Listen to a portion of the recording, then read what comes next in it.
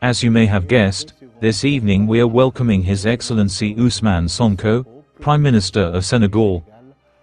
Good evening, Mr. Prime Minister. Good evening, Mr. Aboubacar. So you are in Ouagadougou for the inauguration of the Thomas Sankara Mausoleum. How do you appreciate the choice of this mausoleum in memory of the father of the August 1983 revolution?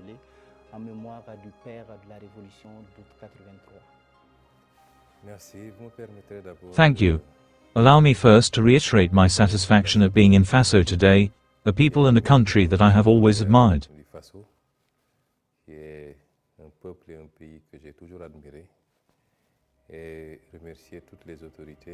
And to thank all the authorities for the warm welcome we have received since this morning, from the airport to the reception with the President of Faso, and all the attention we have received since this morning.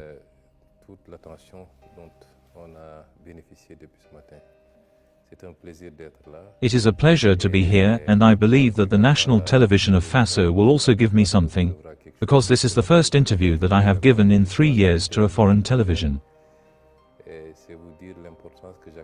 And this is to tell you the importance that I attach to this visit, which is a visit that has a double meaning. First, as you have said, I came at the invitation of my counterpart, the Prime Minister of Faso, to whom I had first expressed my wish to come for a working visit, and he reformulated by proposing this date, which actually coincides with the second term of my visit, the inauguration of the mausoleum of one of the greatest men that Africa has produced, who is a reference for all of us since our early childhood, in this case President Thomas Sankara. And I jumped at the chance because it couldn't have been a better coincidence to be here today, and we actually started discussions more or less informally. There will be an intergovernmental meeting to discuss and review cooperation between the two states. This is an inauguration that is very important to us. All those who have followed me for years have heard the regular reference I have made to Thomas Sankara in my speeches, in my writings as well. This is not demagoguery. I consider him to be a man who contributed a lot to Africa, who was certainly perhaps a little ahead of his time, but who today continues to inspire us in the dual dimension of his fight.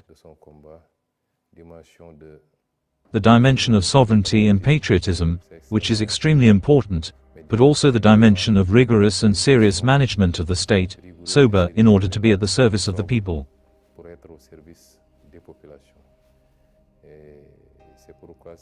And that is why it is important for me to be here today and to represent, through me, His Excellency the President of the Republic, and also the entire Senegalese people. Okay, what does President Thomas Sankara represent for you? You know, we launched into politics based on a number of observations. Observations relating to internal concerns in Senegal, and much more generic observations in relation to Africa's relationship with the rest of the world. Obviously, two notions took on particular importance in our basic diagnosis, which prevailed in the creation of the party: the notion of patriotism, which challenges Senegal as a people, as a nation, as a state, and the notion of sovereignty, which refers to Pan-Africanism in its most fluid dimension. Obviously, Africa is not a homogeneous reality. We must not fool ourselves into thinking that as soon as we talk about Africa, it is as if it were a single reality. It is a continent that descends west from north to south and presents specificities. But it is a continent that basically brings together a certain number of common characteristics regardless of the small differences. And in this second aspect, a certain number of political leaders actually illuminate our reflections and also guide in some way our action.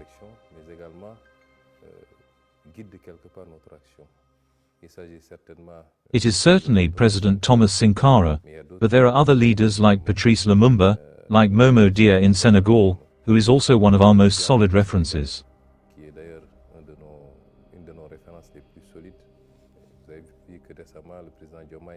You saw that recently, President Diomaye renamed the largest avenue in our country to give it the name of President Momo Dia.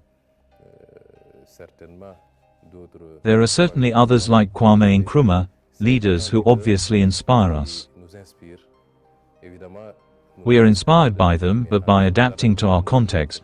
The contexts are not the same, and we can take a lot of their ideas, their conception of things, and by adapting it to our context, to our time, and to the tools we have today. And this is what Thomas Sankara actually represents, not only in his political discourse, but also in the actions that were taken during the short time that his reign lasted to give sovereignty to Burkina Faso, to bring back the values and traditions that are the foundation of Burkinabe society. This is extremely important for any African who wants to lead a similar fight today. Precisely, do you think that African countries today should be inspired by this ideal of sovereignty, of the fight against imperialism embodied by President Thomas Sankara, in order to move forward?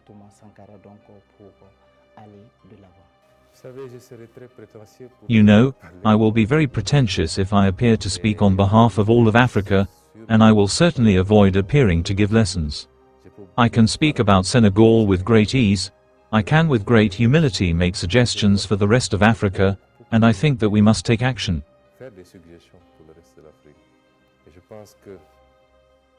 Since we were told that we were independent states, we wrested this independence in one way or another. Some had to fight militarily, even I was going to say physically, others had to lead political struggles to achieve independence.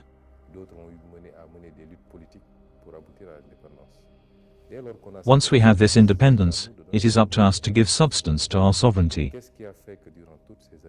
What has made it so that during all these years, our leaders, in any case a good part of our leaders, have accepted to continue to submit to the dictates and orders coming from elsewhere? This refers to ourselves, to our elites first, but also perhaps to a lesser extent to the people who must be interested and involved in the management of public affairs. And this is why we consider that we must be much less on the defensive, but embody in an offensive manner the independence that we have acquired.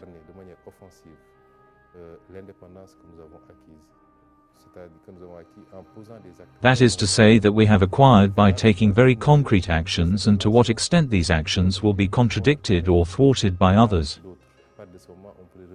From this moment on we can return to the defensive aspect of sovereignty, and this is why we too, I take the image of Senegal. Since a year that we have been in power, we have taken acts of sovereignty. I only want proof of the military presence. We said we cannot allow foreign military bases in Senegal. And for any country that had a military base in Senegal, we will notify to say that we are asking for all troops to be withdrawn from Senegal.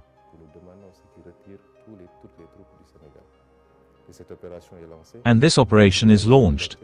If you followed the news 2 days ago, a military base was liberated and the process will end by July.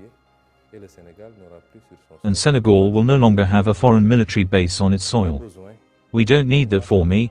It must be an ordinary act for a country to say that we are sovereign, we have a national army, we have defense and security forces, we think we can manage our security ourselves. And these are all acts that are being carried out on the management of our natural resources. What has prevented Africa from benefiting from these natural resources as other areas of the world have been able to? In Asia, the Gulf, Europe, America, everyone enjoys these natural resources except Africa. Why is there a need for a speech? No, we take action.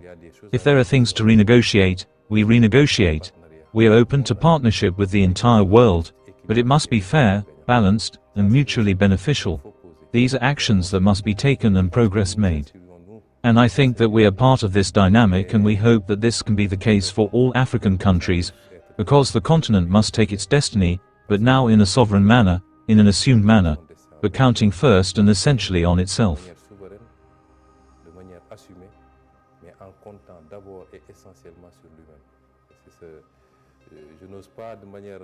And this is what I do not dare imperatively extend to everyone, but I can in the speech and in the area that we pose to hope, to inspire also, as we inspire ourselves from what is done well in other African countries. Okay. Then Mr. Prime Minister, of the questions currently being debated among African youth is the question of the CFA franc. So what is your view on the CFA franc? Our position on the CFA franc has been very constant. You know, I am lucky to be a politician who has written books, and my thoughts are in these books. And my thoughts are also through broadcasts, meetings.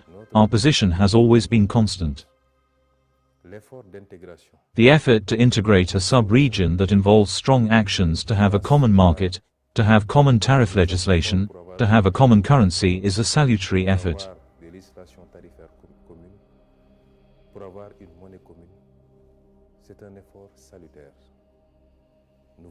We want an integrated space. We want the most integrated zone possible in West Africa that can go beyond the urban space. But we want it. We want it because we are in a world where people come together in groups to be stronger.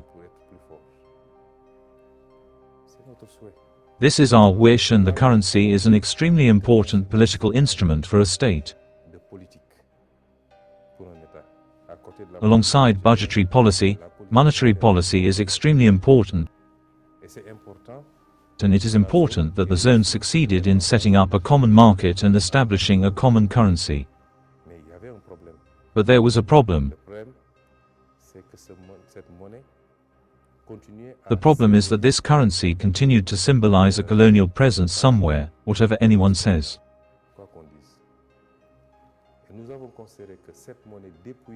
And we considered that this currency, stripped of these elements, became again a currency of Africans by Africans and for Africans.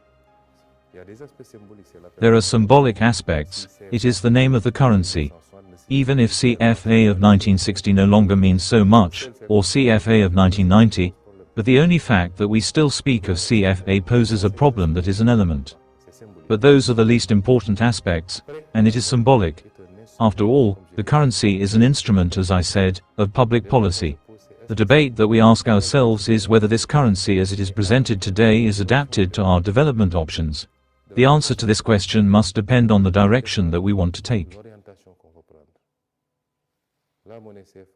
The CFA currency is pegged to the euro, and the eurozone seems too strong for our economies.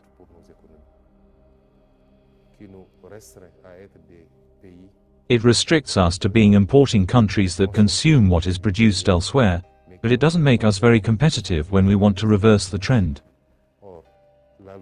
However, the logic in our countries is to move towards a tax substitution policy. This is one of the economic grafts, among others.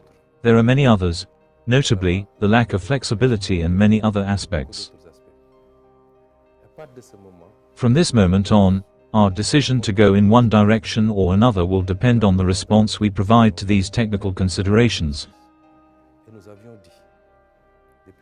And we have said that, from my teams, my book of 2018, when I was supposed to be a candidate in the presidential election, to the president's program of 2024, we have remained constant. We are in a group that has its advantages and disadvantages. We will raise the debate with our partners. To say this, we must evolve. If a solution is found within this framework, so much the better. There is no reason for us to leave this currency. But if this is not the case, we will assume our responsibility, and we are still following this logic. When we arrived, the BCAO, which is the common institution, presented to us the work they have done, which is exactly in line with what we said earlier.